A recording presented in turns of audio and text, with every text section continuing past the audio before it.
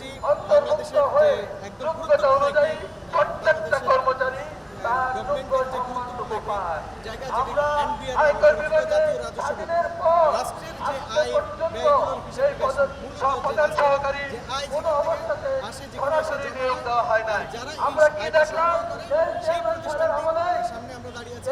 আগারগাঁও থেকে আমরা কি করলেন? দেখতে পাচ্ছেন আগারগাঁও এনবিআর সামনে উনি যে কি করলেন? অবস্থান অর্গানগ্রামে প্রধান সহকারী সরাসরি নিয়োগের ব্যবস্থা করলেন। এটা কি বৈষম্য নয়?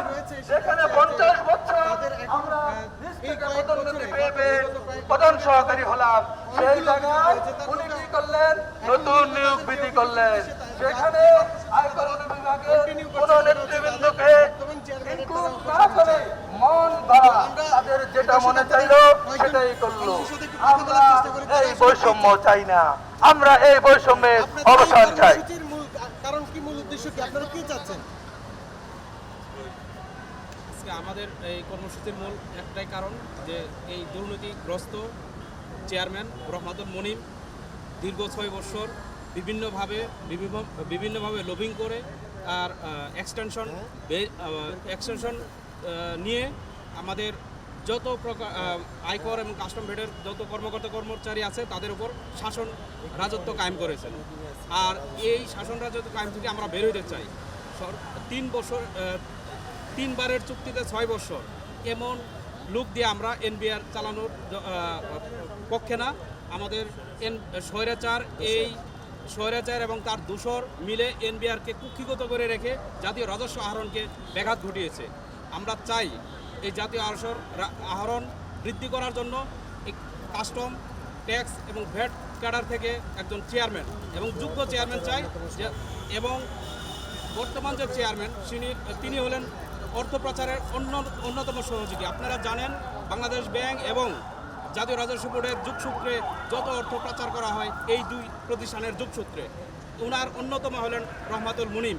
আমরা ওনার পদত্যাগ চাই, সবাই আমরা পদত্যাগ চাচ্ছি এবং বিচার চাই।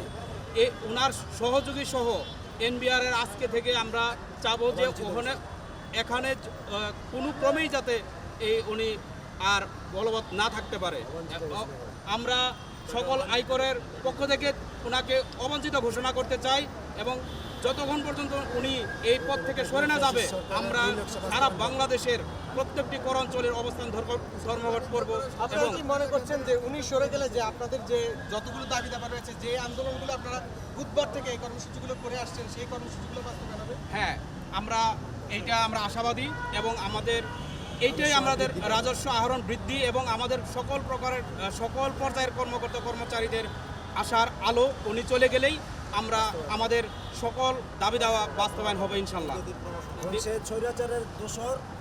স্বৈরাচারের দোসর এবং সে যদি এখানে অবস্থান করে তাহলে এই ফ্যাসিস্ট সরকারের নীল নকশা বাস্তবায়নে সে সচেষ্ট থাকবে এবং এনবিআর তথা রাজস্ব আহরণ বাধাগ্রস্ত হবে এবং সমস্ত এনবিআরের সকল ডিপার্টমেন্ট অস্থির একটা অবস্থা এবং বিশৃঙ্খলা বিরাজ করবে।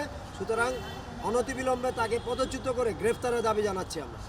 আমরা একটু জানতে চাই যে এই আপনাদের এই অবস্থান কর্মসূচির মাধ্যমে আপনারা যে ঘোষণাটা চাচ্ছেন সেটা বাস্তবায়ন হলে কি আপনাদের সকল সমস্যার সমাধান হবে? আমরা এনবিআরের চেয়ারম্যানের পদত্যাগের মাধ্যমেই বৈষম্য বিরোধী যে আমরা আন্দোলন করছি, কর্মচারীদের আন্দোলন, সেই আন্দোলনে সার্থকতা আসবে এবং আমরা চাচ্ছি ইনকাম ট্যাক্স অথবা কাস্টম এর মধ্য থেকে এনবিআরের চেয়ারম্যান নিযুক্ত করা হোক। যিনার যোগ্যতা আছে তিনাকে দিয়ে, আমাদের কোনো ব্যক্তি চয়েস নাই। আমরা শুধু চেয়ারম্যান স্যারের পদত্যাগ চাই এবং আমাদের ইনকাম ট্যাক্স অথবা কাস্টমের মধ্যে থেকে যিনি যোগ্যতা সম্পন্ন তাকেই চেয়ারম্যান হিসেবে দেখতে চাই।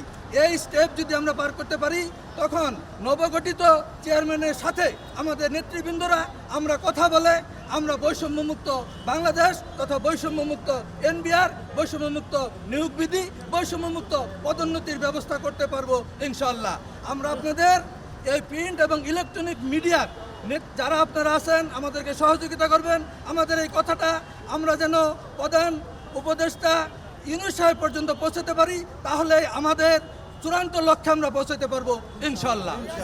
দর্শক, সারা দেশের মতো বিভিন্ন প্রতিষ্ঠানে যেভাবে চুক্তিভিত্তিক নিয়োগ হয়েছে, সকল প্রতিষ্ঠান থেকে যেভাবে করে যে তারা চায় যে ওইখান থেকে এই মানুষগুলো সরে আসুক এবং তারাও বৈষম্য বিরোধী আন্দোলনের মতো করে বিভিন্ন প্রতিষ্ঠানের যে সকল দাবি দাবা রয়েছে, প্রতিষ্ঠানের যে সকল ঊর্ধ্বতন ব্যক্তিরা ইতিমধ্যে পদত্যাগ করেছেন, তার মতো করে তারাও চায় যে তাদের চেয়ারম্যান পদত্যাগ করুক। তো আসলে কি এই পদত্যাগের মধ্য দিয়েই এই ওদের যে সকল সমস্যা রয়েছে সকল সমস্যার সমাধান হবে কিনা? আপনার কাছে কি মনে হয় যে আপনাদের এই সমস্যার মূল কারণটা কি?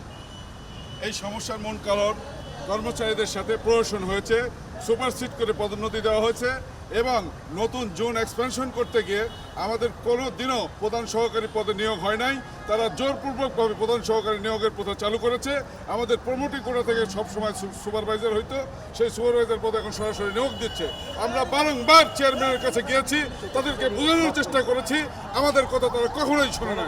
আজকে আমাদের জনবল হ্রাস করা হয়েছে, আমাদের পদোন্নতির ক্ষেত্রে আমাদের ব্লক পোস্ট, নিরাপত্তা প্রহরী, আমাদের নোটিশ সার্ভার, তাদের পদোন্নতি দেওয়া হচ্ছে না। সরকারি সমস্ত সুযোগ সুবিধা আমরা পাচ্ছি, পদোন্নতির ক্ষেত্রে তারা আমাদেরকে পদোন্নতি বঞ্চিত করে রেখেছে। এই স্বৈরাচার চেয়ারম্যানের পদত্যাগ চাই আমরা। বৈষম্য পুরো প্রশাসনে আমরা বৈষম্য দেখতে চাই না। আজকে ছাত্র আন্দোলনে ছাত্ররা আমাদের চোখে আঙুল দিয়ে দেখিয়ে দিয়েছে, তারা বৈষম্যের বিরুদ্ধে রুখে দাঁড়িয়েছে। তার সাথে আমরা একত্রতা ঘোষণা করে আমরা এই এনবিআর সংস্কার চাই, কর বিভাগের সংস্কার চাই, আমরা বৈষম্য থেকে মুক্তি চাই। এই আন্দোলন যতক্ষণ আমাদের পদোন্নতি না হবে ততদিন আমরা এই শান্তিপূর্ণ কর্মসূচি আমরা চালিয়ে যাব।